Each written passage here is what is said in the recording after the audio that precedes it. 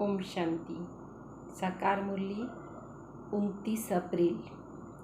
बाबा ने कहा, मीठे बच्चे, कुछ भी सहन करना पड़े लेकिन इस अंतिम जन्म में पवित्र जरूर बनना है। बाप को पवित्रता की ही मदद चाहिए। बाबा को हमें क्या मदद देना है? पवित्रता की। प्रश्न है, अंतिम दृश्य कौन सा होगा जिसे समझने के लिए अच्छी विशाल बुद्धि चाहिए? उत्तर है, अंतिम दृश्य सबके वापस जाने का है। कहा जाता है, राम गयो रावण गयो, जाको बहु परिवार गयो। बाकी सृष्टि की सफाई करने वाले, नई दुनिया की तैयारी करने वाले थोड़े बचेंगे। हम भी जाएंगे, फिर जहाँ जीत वहाँ जन्म होगा। भारत में ही जीत होगी, बाकी सब खलास हो जाएंगे। राजाएं आदि जो धनवान होंगे वह बचेंगे, जिनके पास हमारा जन्म होगा। फिर हम सृष्टि के मालिक बनेंगे।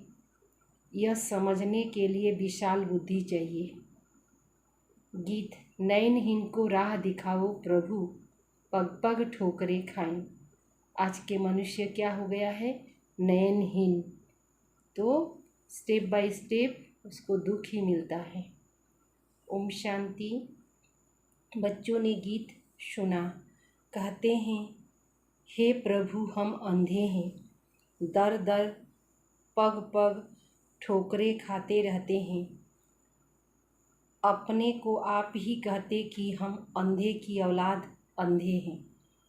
हे प्रभु, आओ गुरुओं के दर, मंदिरों के दर पर, गुरुओं के दर, मंदिरों के दर पर, नदियों के दर पर धक्के खाते रहते हैं और तो नहीं जानते कि हमारा वह बाप है। प्रभु को भी अनेक नाम दे दिया है।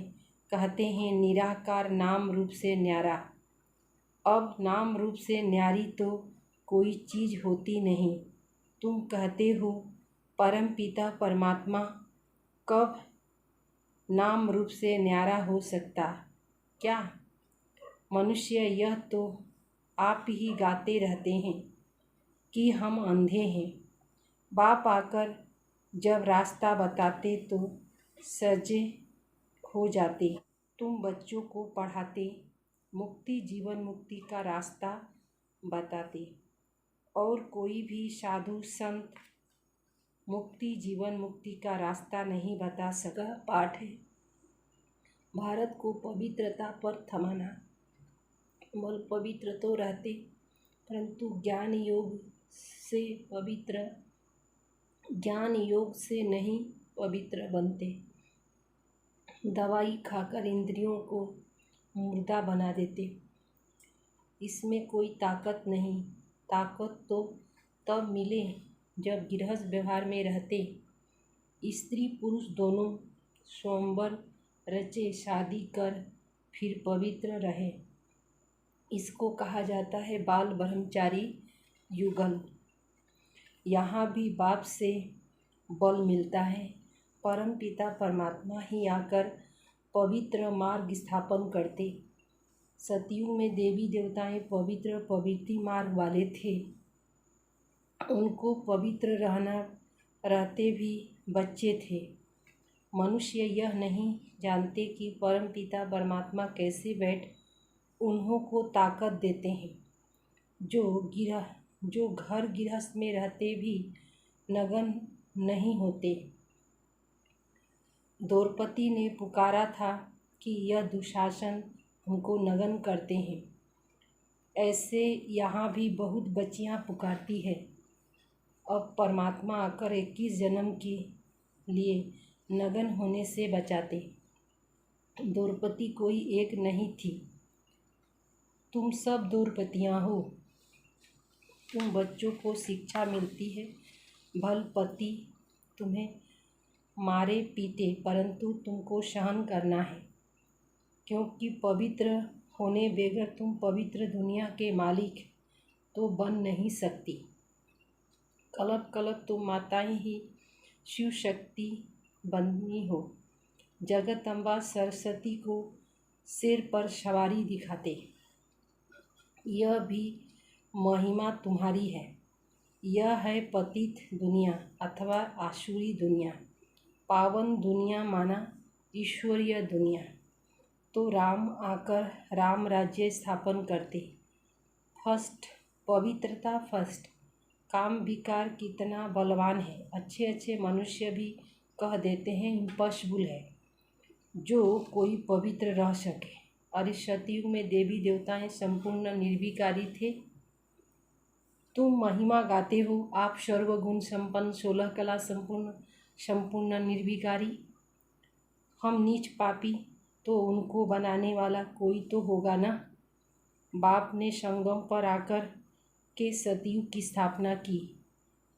बाप ही आकर आसुरी दुनिया को देवी दुनिया बनाते। लोग तो पतित का हाथ भी नहीं समझते। अरे तुम पुकारते हो कि हम सब पतित हैं। हे पतित पावन आओ। भारत पवित्र था तो डबल सिरताज था।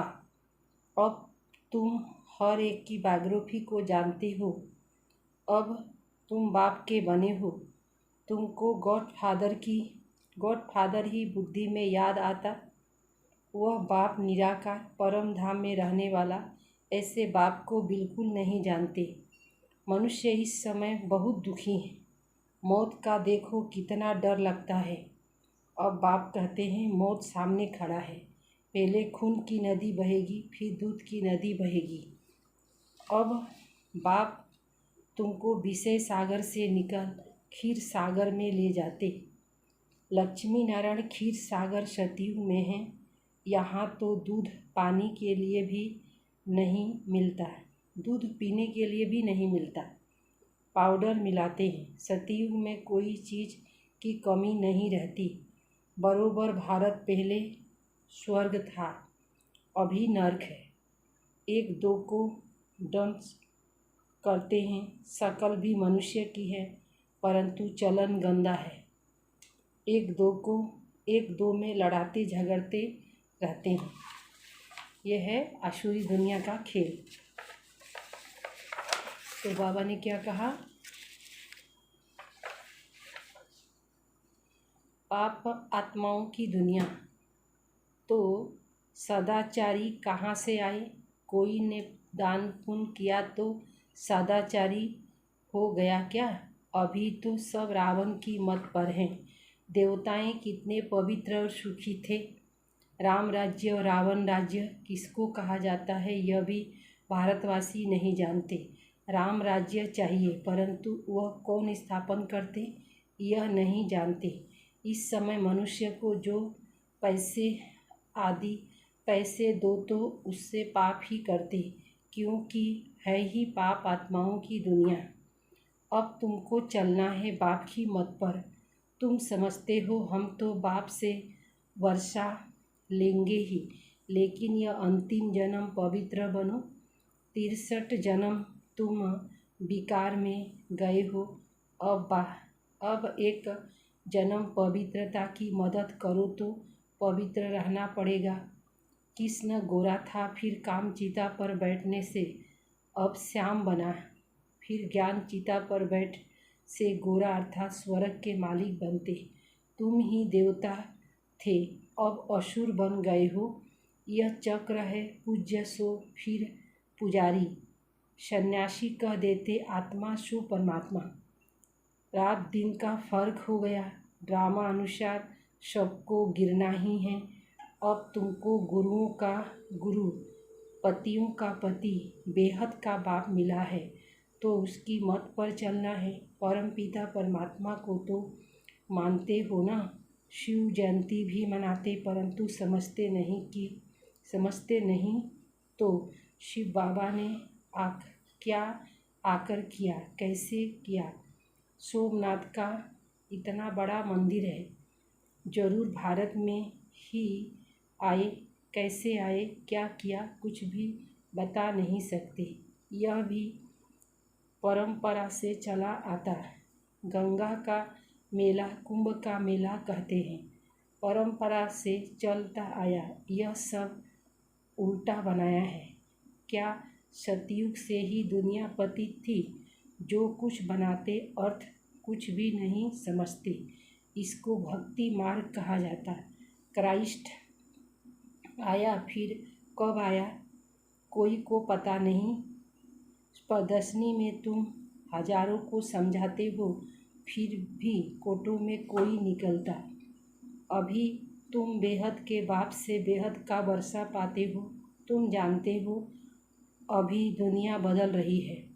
तुम कहते हो कि हम सन्यासियों को भी पवित्र बनाकर दिखाएंगे। आगे चल कर के वे लोग भी मानेंगे कि इन्हों को शिक्षा देने वाला परमपिता परमात्मा है। तुम सिर्फ यह सिद्ध कर बताओ कि परमात्मा सर्वव्यापी नहीं है। गीता कृष्ण ने नहीं गाई तो उनकी एकदम अब्रूचट हो गई। यह सब पिछाड़ी में होगा। तुम बच्चे अभी समझते हो परमपिता परमात्मा हमारा बाप है। पहले सूक्ष्म वतन में ब्रह्मा विष्णु शंकर यह रचना रचते। ब्रह्मा है प्रजापिता, ब्रह्मा ही ब्राह्मण पैदा करते। ब्राह्मण वर्ण है सबसे ऊंच। शिव बाबा के मुख वंशावली ब्राह्मण, वह कुख वंशावली। बाप की श्रीमत पर चलने से तुम पावन बनने वाले हो। देहधारियों को भूलना है, मेहनत है ना। अब नाटक पूरा होता है। जो भी एक्टर से सब चले जाएंगे, बाकी थोड़े रहेंगे। राम गयो रावण गयो, जाको बहु परिवार गयो, बाकी बचेंगे कौन? दोनों तरफ से थोड़े थोड़े ही बचेंगे, बाकी सब वापस चले जाएंगे। वापस चले जाएंगे। फिर मकान आदि बनाने वाले, सफाई करने वाले भी बचते हैं। समय चाहिए ना। हम भी चल आएंगे। तुमको राजाई में जन्म मिलेगा तो मिलेगा। वे फिर सफाई कराते। बाबा ने कहा जहाँ जीत वहाँ जन्म। भारत में जीत होगी, बाकी सब खलास हो जाएंगे। राजाएं आदि जो धनवान होंगे वह बचेंगे, जिनके पास तुम जन्म लेंगे। सारी सृष्टि का फिर तुमको मालिक बनना है। ऐसे भी नहीं यहाँ का धन दौलत कोई तुमको वहाँ काम में आएगा। यहाँ का मिल्कियत तो बर्थ नॉट पेनी है। वहाँ सब कुछ नया बन जाएगा। हीरे जवाहरात के खामियाँ भरपूर हो जाएंगी, नहीं तो महल कहाँ से बनेंगे। कितनी वृद्धि होनी चाहिए कितनी बुद्धि चाहिए समझने की। तुम बच्चे अभी डबल अहंकारी, डबल अहिंसक बनते हो। तुम जानते हो कि हम कोई भी हिंसा कर नहीं सकते। यहाँ तो डबल हिंसक है। सतयुग में हिंसा होती ही नहीं, उसको ही स्वर्ग कहा जाता है। बाप कहते हैं समझते हो ना। यह ज्ञान साहूकारों के लिए मुश्किल है। बाप है गरीब निवाज। बाप शिव बाबा तो दाता है। यह मकान आदि भी सब तुम्हारे लिए है। विश्व का मालिक तुमको ही बनना हूँ। तुम फिर मैं नए मकान में क्यों बैठा? यह बाबा कहे हम तो नहीं बैठेंगे। बाबा कहते मैं नहीं बैठा तो तुम कैसे बैठेंगे? शिव बाबा कहते मैं तो अभोक्ता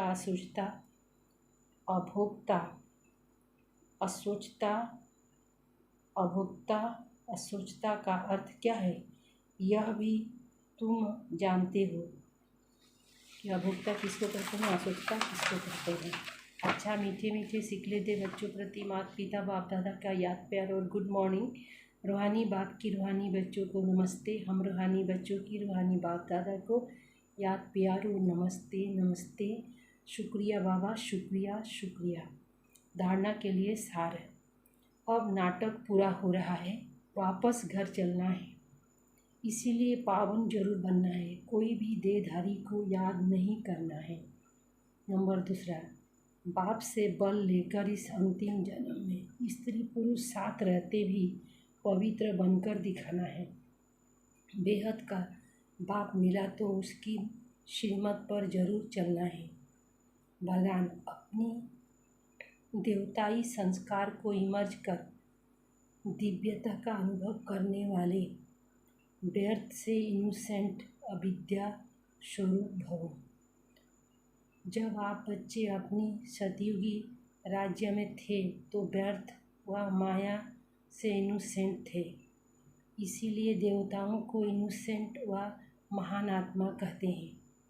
तो अपने वही संस्कार इमर्ज करो, व्यर्थ के अविद्या स्वरूप बनो। समय, श्वास, बोल, कर्म सब में व्यर्थ की अविद्या अर्थात इनोसेंट। जब व्यर्थ की अविद्या होंगे तब दिव्यता स्वतः और सहज अनुभव होगी। इसीलिए यह नहीं सोचो कि पुरुषार्थ तो कर रहे हैं, लेकिन पुरुष बन इस रथ द्वारा कार्य कराओ। एक बार की गलती दोबारा रिपीट न हो, उसको कहेंगे पुरुषार्थी। स्लोगन, रूहानी गुलाब वह जो कांटे के बीच रहते भी न्यारा और प्यारा रहते, उनको कहेंगे रूहानी गुलाब। जिस्मानी गुलाब भी कांटे के बीच रहते हुए सुगंधित और खिला हुआ फूल रहता है।